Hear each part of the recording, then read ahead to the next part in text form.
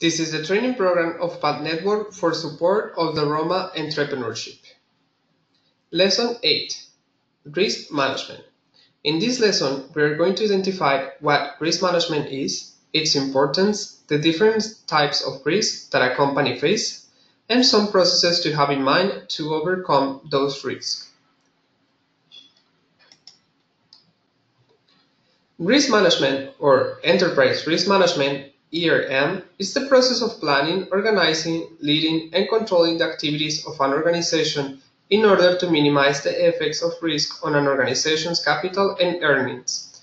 Enterprise risk management expands the process to include not just risk associated with accidental losses, but also financial, strategic, operational, and other risks. In recent years, particularly after the crisis of 2008, there has been a heightened interest by organizations in ERM. Nowadays, it is really common to see that in an increasing number of industries, board of directors are required to review and report on the adequacy of risk management processes in their organizations.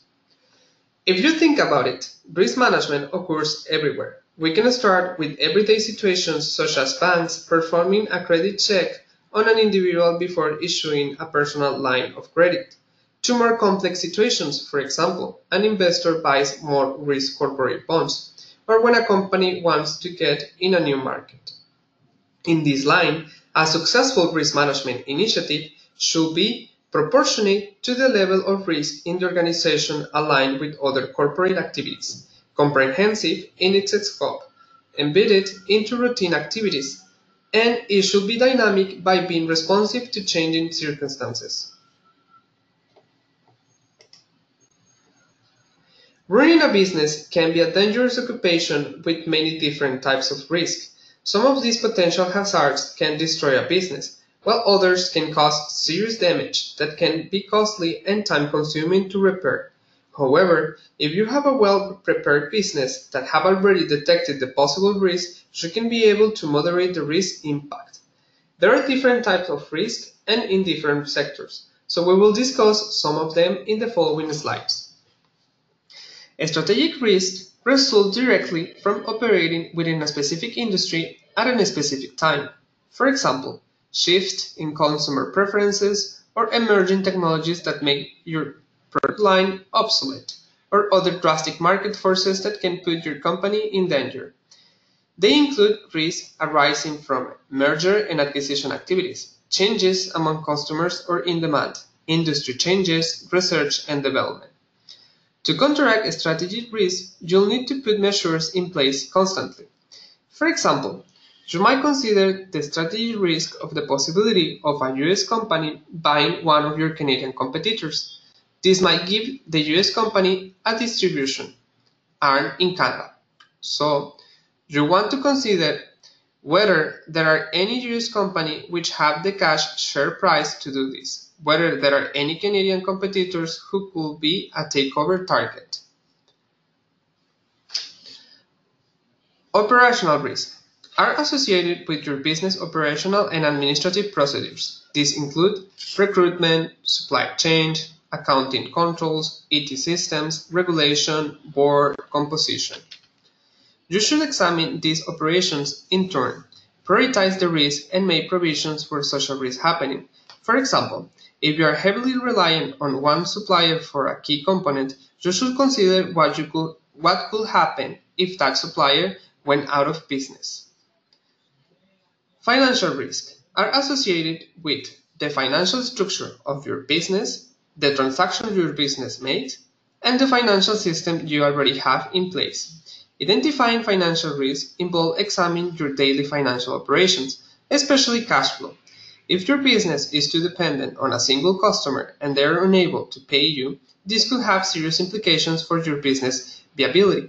You might examine the way you extend credit to new customers, who owes you money, the steps you can take to recover it, and insurance that can cover large or doubtful debts.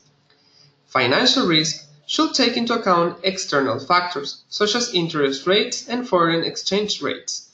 Rate changes will affect your debt repayment and the competitiveness of your goods and services compared with those produced abroad. Risks associated with compliance are those subjected to legislative or bureaucratic rule and regulations, or those associated with best practices for investment purposes. These can include employee protection regulations like those imposed by the Occupational Safety and Health Administration, or environmental concerns like those covered by the Environmental Protection Agency, or even state and local ones. Loss of a company reputation or community standing might result from product failures, lawsuit, or negative publicity.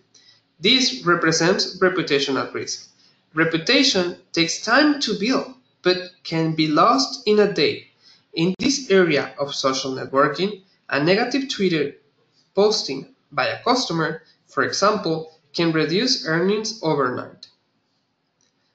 There are other risks that are more difficult to categorize. For example, physical risk.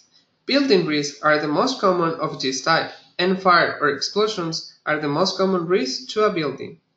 Location risk. Among the hazards facing the location of a business are nearby fires, storm damage, flood, hurricanes or tornadoes, earthquakes, and other natural disasters. Human risk. Alcoholism and drug abuse are major risks to employees in the workforce. Other can be sickness among the workforce, which is inevitable and is always a problem. Another category could be technology risk. Power outage is perhaps the most common of technology risk. Auxiliary gas-driven power generators are a good backup system to provide electrical energy for lighting and other functions until utility power is restored.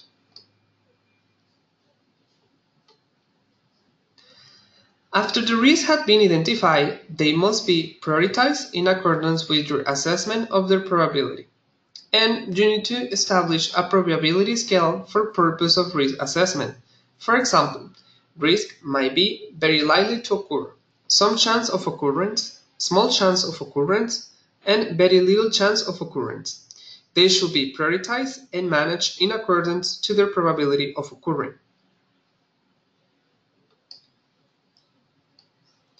Enterprise risk management in business includes the methods and process used by organizations to manage risk and seize opportunities related to the achievement of their objectives. Risk management process describe the steps you need to take to identify, monitor, and control risk. Within the risk process, a risk is defined as any future event that might prevent you to meet your team goals. A risk process allows you to identify each risk, quantify the impact, and take an action now to prevent it from occurring and reducing the impact in case it might happen. The risk management process has 4 steps: identify, analyze, evaluate, and treat the risk. In the following slides, we are going to discuss about each step. The first step in preparing a risk management plan is to identify potential risks to your business. Understanding the scope of possible risk will help you develop realistic, cost-effective strategies for dealing with them. It is important that you think broadly when considering type of risks for your business, rather than just looking at obvious concerns, for example, a fire, a thief, or a market competition. Before you begin identifying risk, you need to assess your business. Think about your critical business activities, including your key services, resources, and staff, and things that could affect them. Ask what-if questions. Review your business plan and ask as many what-if questions as you can. Do brainstorming with different people, such as your account, financial advisors, staff, suppliers, and other interested parties. This will help you to get many different perspectives on the risk. As well, think about other events that have or could have affected your business. What were the outcomes of those events? Could they happen again? Think about what possible future event could affect your business. Use flowcharts, checklists, and inspections to assess your work process. Identify each step in your process and think about the associated risk. Finally, consider the worst case scenario. Thinking about the worst thing that could happen to your business can help you deal with bigger or smaller risk. The worst case scenario could be the result of several risks happening at once. Once you have identified the risk, you need to assess the possible impact of those risks. You need to separate minor risks that may be acceptable from major risks that must be managed immediately. To analyze risk, you need to work out the likelihood of it happening and the consequence it will have. This is referred to as the level of risk and can be calculated using this formula: level of risk equal consequence per likelihood. Level of risk is often described as low, medium, high, or very high. It should be analyzed in relation to what you are currently doing to control it. Keep in mind that control measures decrease the level of risk, but do not always eliminate it. Now, this is an example of risk analysis. Ratings vary from different types of business. The scale above uses 4 different levels. However, you can use as many levels as you need. Also, use descriptors that suit your purpose. For example, you might measure consequence in terms of human health rather than dollar value. Once you have established the level of risk, you then need to create a rating table for evaluating the risk. Evaluating a risk means making a decision about its severity and ways to manage it. For example, you may decide the likelihood of a fire is unlikely and you give it a score of 2. But the consequences are severe, so you give it a score of 4. Using the table and formula above, a fire therefore has a risk rating of 8. Your risk evaluation should consider the importance of the activity to your business, the amount of control you have over the risk, potential losses your business, and benefits or opportunities represented by the risk. Once you have identified, analyzed, and evaluated your risk, you need to rank them in order of priority. You can then decide which method you will use to treat unacceptable risk. Treating risk involves working through options to deal with unacceptable risk to your business. Unacceptable risks range in severity. Some risks will require immediate treatment, while others can be monitored and treated later. Your risk analysis and evaluation will help you prioritize the risks that need to be treated. When you are developing a plan for treating the risk, consider the following things: the method of treatment, the people responsible for treatment, the cost involved, the benefit of treatment, the likelihood of success, and the way to measure the success of the treatment. There are some options for treating the risk.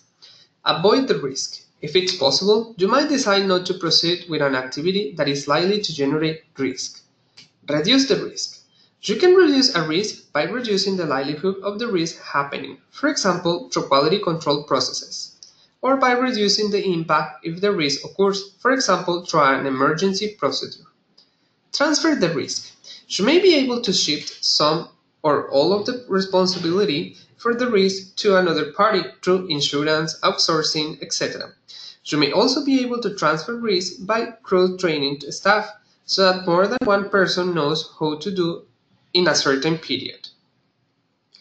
Make sure you have adequate insurance. Speak to your insurer to find out if you have the right insurance cover for your business. And finally, you can accept the risk. You may accept a risk if it can be avoided, reduced, or transferred.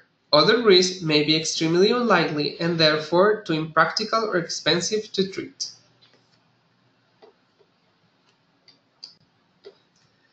Good risk management not only requires appropriate identification, assessment, and reporting of risk to the board to determine an organization's risk profile, but also it is essential to understand how much risk is acceptable and how much the organization can bear. Risk appetite helps you to define the level and nature of risk that an organization is willing to take in order to ensure that its business plan is delivered in accordance with the stakeholders' expectations and within the constraints set by the debt holders and regulators. The risk appetite statement should define a specific tolerance related to the company's performance. The statement should provide the following aspects: Provide a clear understanding of the amount and type of risk that the organization is comfortable in taking, including reputational risk, for example. Be reflective of all key aspects of the business. Specify maximum tolerable limits and variability using both quantitative and qualitative parameters. This will be driven by corporate objectives and stakeholders' expectations and constraints. Reflect the desired balance between risk versus reward. Finally, provide a framework that will ensure that an action-based approach is undertaken in order to create a real effect on the organization's business strategy and approach. Key performance indicators, KPIs, is a way of expressing risk appetite. The use of KPIs in a risk appetite statement provides a basis to test the sensitivity against different levels of unplanned losses. For example, many companies are uncomfortable if their KPIs deviate by more than 3 to 5%, and it is therefore important to identify the size of potential losses that will test this limit. Specifying risk appetite involves more than defining a monetary amount, because there will always be extreme scenarios where this figure is breached. It is necessary to add a probability dimension, so a typical bar risk appetite statement might be useful. The evaluation of risk and the appetite statement should be directly linked to everyday activities of the board. Without a competent board, manageable difficulties are more likely to escalate out of control, and therefore it will be a greater chance that the organization will experience major losses, damage to its reputation, or disappear altogether. A common problem for non-executive or supervisory board members is to face major challenges in securing adequate flows of objective information about the performance of the business. In fact, boards can fail to manage risk successfully for a variety of reasons, so boards should ensure that any discussion around a strategy considers the full range of key risks that the organization is exposed to, and not focusing only in financial risk.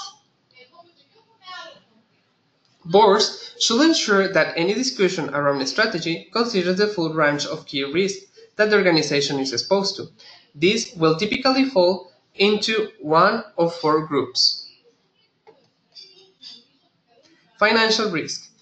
These are typically well controlled and are often the focus of many board risk discussions, driven by the increased regulatory, accounting, and financial audit focus. Operational risk. As these will relate to the specific operations of the organization, they will typically be managed from within the business and will often have a focus on health and safety type issues, as industry regulations and standard requires. Hazard risk, often driven by major exogenous factors that impact the environment in which the organization operates. And strategic risk. These include risk factors that are typically external or impact the most senior management decisions, and are often missed from many risk registers. In order to achieve a good risk management, board members need to understand who they are, how they decide what is right, what they do, and their role as leaders in meeting this challenge. In this sense, the challenge to have an effective board of directors is that the board members need to understand their personal and collective character, judgment, and behavior. And for this, it is required insight, oversight, and expertise not found in rule books, tick books, and code of conducts, but in moral philosophy and social psychology.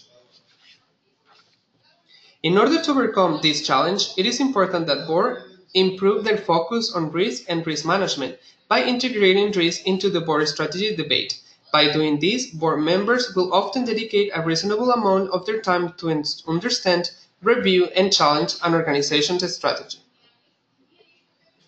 As a way of conclusion, we can say that good risk management requires an appropriate identification, assessment, and reporting of risk to the board to determine an organization's risk profile.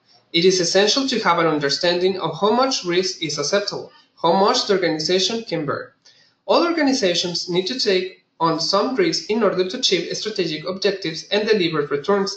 The key risks that an organization is exposed to will be those that affect its ability to achieve its strategy or performance objective.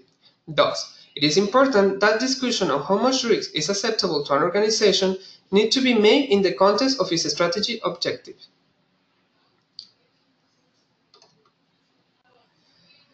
When the board is evaluating the risk in terms of the strategy, some of the key questions that they should have in mind are: how well is my strategy actually defined? A good understanding of the good risk to strategy processes and the value of the organization require a good understanding of the strategy itself. How broad are the risks we are considering? A strategy needs to be defined in the context of the risk environment in which the business operates. The broader the consideration of the type of risk the business faces, the better the strategy can be developed to respond to or navigate this risk. What risk scenarios have we considered to test our plan? Stress testing business plan assumptions to determine when the business might break will help boards to determine how much risk is acceptable. Have we mapped our risk to key performance and value measures? Where possible, consideration of risk in the context of how stakeholders measure value in the business is vital. This will help management to articulate to stakeholders how the risk they are taking or the business is exposed to may impact to the desired outcome. As well as some of the key actions for board members are to integrate the discussion around risk and strategy, to align your organization strategy objectives with your desire to take or mitigate risk, but measured in a consistent way. To build in mechanisms within your risk and strategy discussion to ensure an appropriate variety of risks are considered across the financial, operational, hazard, and strategy risk spectrum. To aspire to a more risk-aware culture by ensuring risk is considered alongside performance in your organization's key activities and incentive mechanisms. It is time to implement the concepts and process that we have seen in this lesson, so we are going to simulate a process of risk management. Please follow the instructions. Divide into teams with 5 persons in each team. Each team has its own enterprise. Each person has a role member of board of director.